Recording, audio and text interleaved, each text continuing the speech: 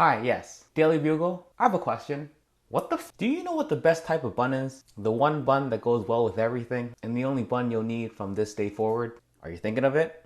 Well, you're wrong. There's no such thing. What, you think there's this one magical bun that does it all, encompasses all the flavors and brings the main ingredient to its greatest potential? But if you want the perfect bun for Asian flavors, that is a thing. The bao, or commonly known as the bao bun. But bao means bao, so that's just bun. Baos are basically just bread, but instead of baking, we steam them.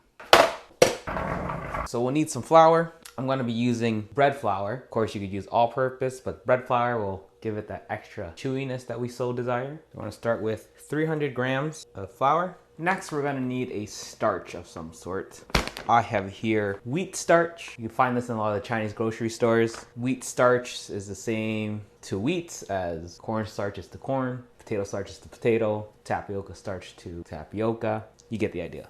Now, if you don't have wheat starch, you can use tapioca starch, corn starch, potato starch. Use the starch. This will give it the gelatinous feel of the bao.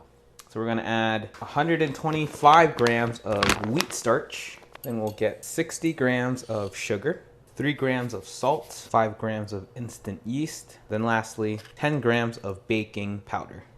We'll whisk in our dry ingredients together. Then we'll add 180 grams of warm water, 60 grams of oil. Canola here, neutral flavor oil works best. We'll bring out our little mixer, get that in place, and using our dough hook, we are gonna let this knead for a little while till it comes together, get some gluten development, becomes a dough. So let's check on our dough. See, we got some nice gluten development going on. You could stretch it. You could see that. That means our dough is kneaded enough. We're good to go. So we yank this out of our mixer, slap this down, roll this into a ball. That's a nice ball of dough. Look how clean this is. Beauty. So we'll spray our mixing bowl. We could use this. Drop our little guy in here.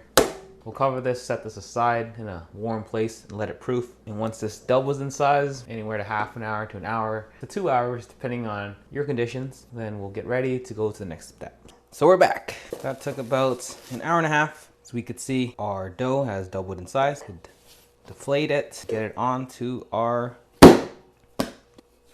So what we're gonna do, we're gonna roll this out until it's about 1/4 inch thick. Actually, before we do that, get a little bit of grease on our table.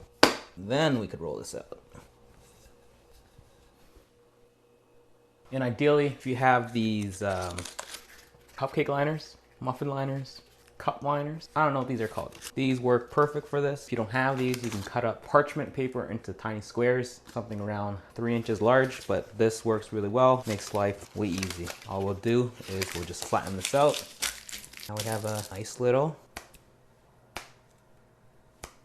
thing. So all there is from this point on, we just need to cut these into circles, fold them in half, and let them rise one more time. And if you know me enough already, I do not believe in biscuit cutters, so I do have this wide mouth mason jar lid, which will work perfectly fine as your biscuit cutter. So I'm just gonna spray a little grease on top, and we'll grease our cutter. I'm just gonna cut ourselves a nice little circle. Oh, maybe I should have got a biscuit cutter. This thing doesn't cut very well, does it? Okay, got our circle. All we need to do is fold it flat, give it a nice little love tap. And we'll place it on our thing. Do that for as many as you can get.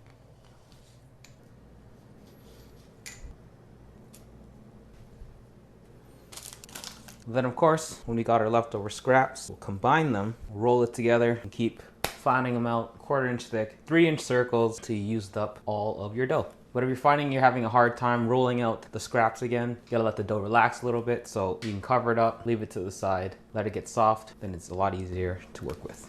So at this point, let's talk steamer. Now, of course, if you have the traditional bamboo steamer, you could use that. Or if you have one of these metal steamers, you could use that. Now, one of the benefits of having a bamboo steamer is due to the wood, you're not gonna get much or any condensation dripping back down. As for using a metal steamer like this, what will happen is condensation will collect and condensation will drip even on this level too. So to combat that, using some cheesecloth or a towel like this will help with the condensation. I hope you know what I mean. But regardless, any way to steam it is all that matters. Regardless of your steamer of choice, we are going to need to let all of our baos proof again, maybe for about 20 minutes, half an hour. Again, depends on your environment, how warm, how humid everything is. We want to get our baos to rise ever so slightly, enough so when they steam, get to their maximum puffiness. And a really good place to proof them would be within your steamer of choice. Make sure you're leaving enough room in between for these to steam because they will grow quite large, something like that. Hopefully that is enough space. Yeah, maybe we'll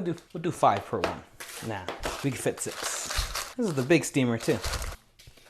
Now, if you don't have enough room in your steamers, you could place these in the fridge to slow down the proofing process, because after these proof, then we're gonna need to steam them for 10-15 minutes. By leaving these out, you have a chance of overproofing them, which means they will get to their maximum puffiness, and then when you steam them, they'll reach past it and then deflate. So by throwing them in the fridge, covered so they don't dry out, you'll be able to time it better. So all your steamed baos are nice and fluffy. So we're gonna set this aside, let these rise a little bit before we go ahead and steam them. All right, so we see that our buns have risen. Now it's time to steam. Now, if you never steamed anything before, the process is quite simple. Steam goes in here, and this lid puts the steam in, essentially cooking our food in steam. Now, the different ways of steaming, of course, you could use a wok, fill this up with water, put your steamer right there. But mine is quite wobbly, so I'll improvise using my trusty pot, which fits perfectly. So what we're gonna do, I'm gonna fill this out with water, not too much, just enough to get some steam produced. We're gonna crank this at high heat just to get it going, but then we're gonna steam our baos for 10 minutes. And after the 10-minute mark, turn off our heat and let the residual heat in the steam cook it for another 5 minutes. So our water's starting to boil. Get this on.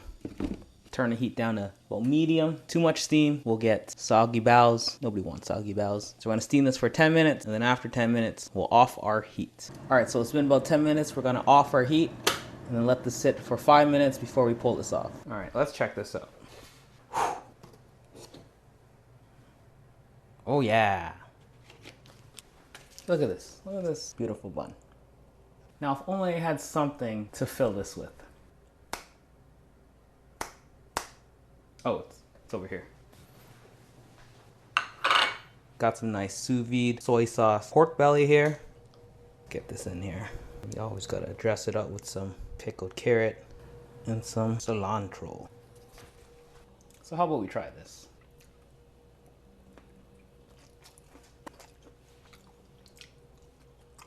Like Picasso and his paint, Dr. Seuss with his rhymes, this bao is the perfect medium for this pork belly into my mouth. Fluffy, it's light, it's airy, it's chewy, perfectly brings forth the pork belly. The bao is like there, but it's not there, and you don't realize it's there until you take a bite and you're biting into a fluffy cloud. It's the perfect compliment. And if you would like to leave me a compliment, leave it in the comments down below. I'm about to eat 8, so I'll probably need it.